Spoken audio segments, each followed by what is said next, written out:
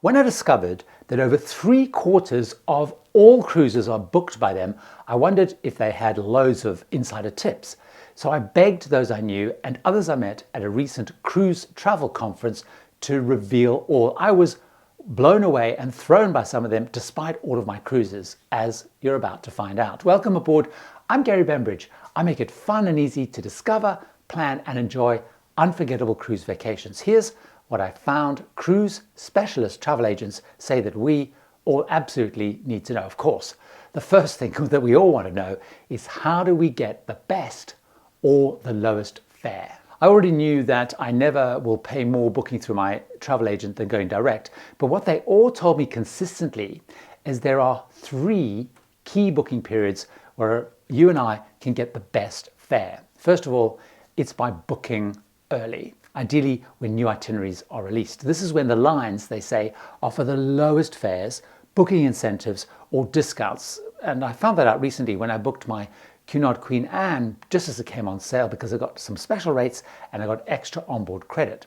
Now the second key period, they say, is November, Black Friday, Cyber Monday and wave season, with January being the key month. Now these are really big booking periods and the lines, they have to offer deals to stand out and attract our business amongst all that noise. Now this past year I saw loads of deals with 60 to 70% off second guests, perks like Wi-Fi, gratuities, drinks, extra onboard credit and so on.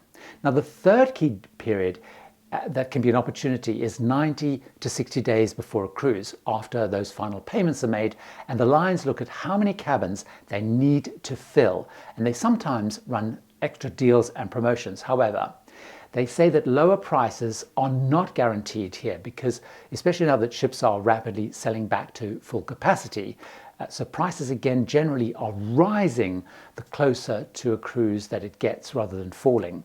2 other ways that some spoke about were also looking for package deals, where some agent groups, they sell specific cruise dates packaged with flights and transfers and things like that. Now these packages, they can be really good value. And secondly, look at things like group cruises, like the ones that I'm working on running, because lines will offer better rates based on the group organizer ensuring that they fill a certain quota of cabins. The next watch out was a new one to me, as the cruise lines in the UK seem to only offer me anyway, all UK sailors, non-refundable cruise deposits. So any change usually means that we lose that deposit. Now in the US, agents said that cruisers can usually choose either a non-refundable or a refundable deposit with a slight premium for non-refundable. However, what they see is frequently cruisers lose money because they think they're going to save by going non-refundable, but many end up having to change or cancel to a different date, particularly when they're planning really far ahead. So paying a slightly higher cost and going refundable, they all said, is definitely the safer way. Now most also said we should all calculate really carefully if the bundled and all-inclusive packages like Princess Plus, Holland America, Have It All, Celebrity Always Included, Norwegian Free at Sea, are any of those actually really worth buying. These can add around $50, £40 per day per person for a bundle of 3 or more onboard amenities like Wi-Fi, gratuities, drinks, especially dining or excursion credits. And these are supposedly going to give you a 50% discount versus buying them individually. Their challenge, which I agree with, and I've covered this in a recent cruise rip-offs video, where I show I was often spending more buying these bundles than just paying for the things that I actually end up using.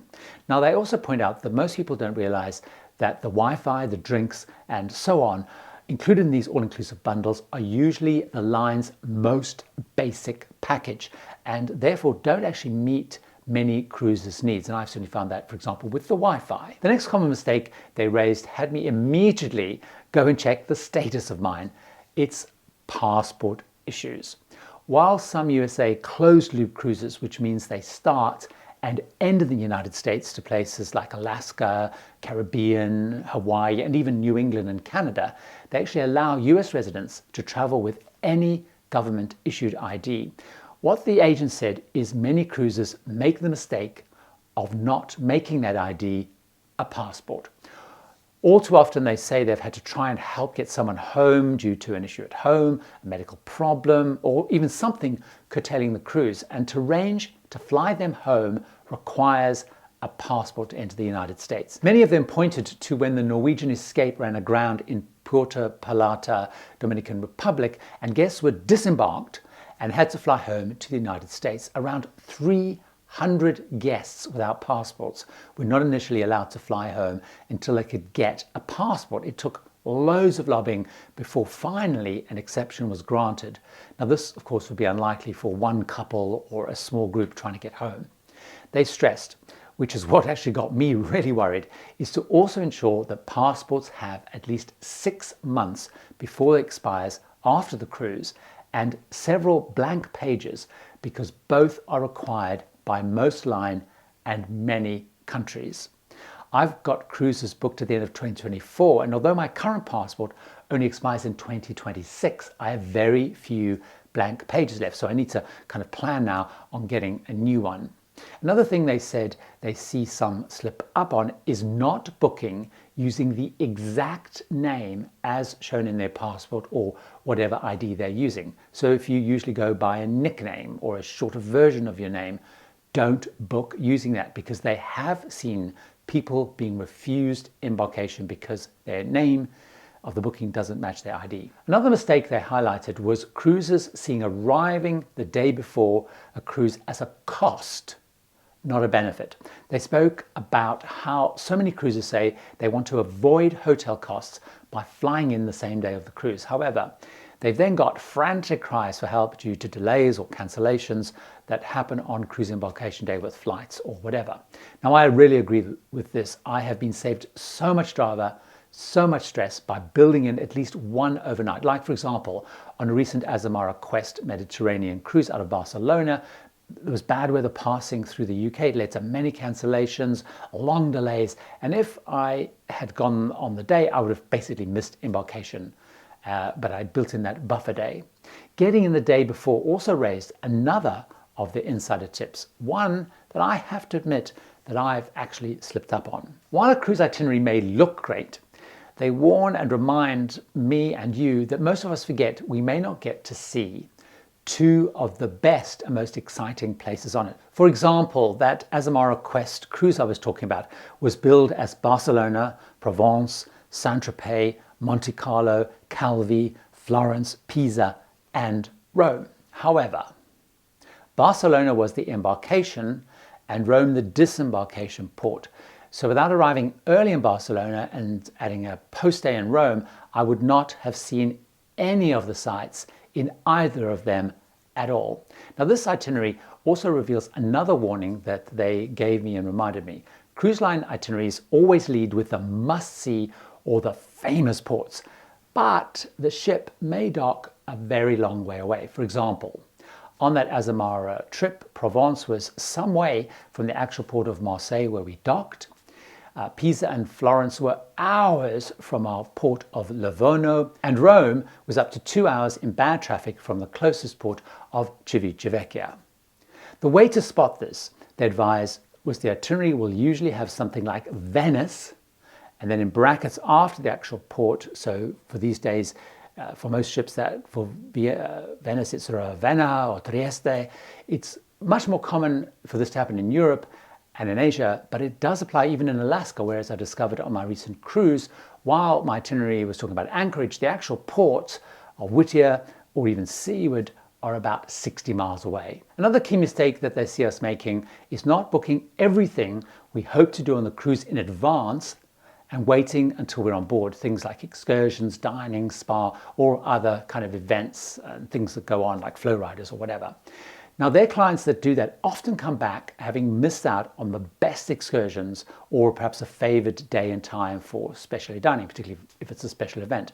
Now, I have that firsthand, and I would add that as more and more of us cotton on, getting in really early is even more important than before. So for example, I missed out on my first choice and all the adult-only excursions on my Disney Norwegian Fjords cruise last year, even though I went in 4 weeks before the cruise. And for a Silversea Southern Africa cruise, I've got booked in 13 months' time. I logged in right away that I did the booking and found that 2 of the excursions I really wanted to do in Namibia are already waitlist only. I cannot stress enough the importance of the agent's next warning, as I get messages from passengers being refused boarding because they did not have proof that they met the latest cruise boarding or port country entry requirements. Now, while the pace and the frequency of pre-boarding requirement changes has definitely slowed down post-shutdown, they can and will still change. For example,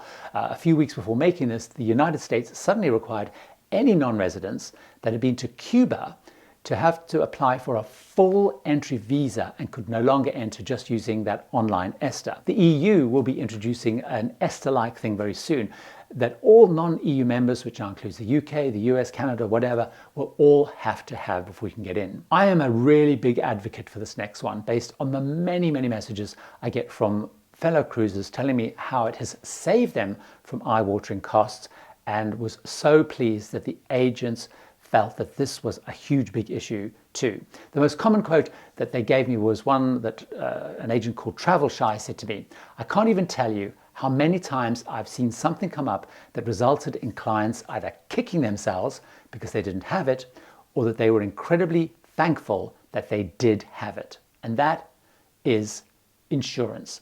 Now, I was interested if agents felt the cruise line or third-party independent insurance was actually the best way to go. I personally take out third-party, not cruise line policies, because I found a higher cover, choice of what limits that I have. It covers my travels either side of the cruise, and also importantly, it covers my pre-existing conditions. This is the way that most travel agents suggested, and they said that at least we should all be comparing the cruise line policy with a third party. The other interesting mistake they see those of us that book with a travel agent making is seeing them as just kind of a mechanism for booking and not asking for enough advice.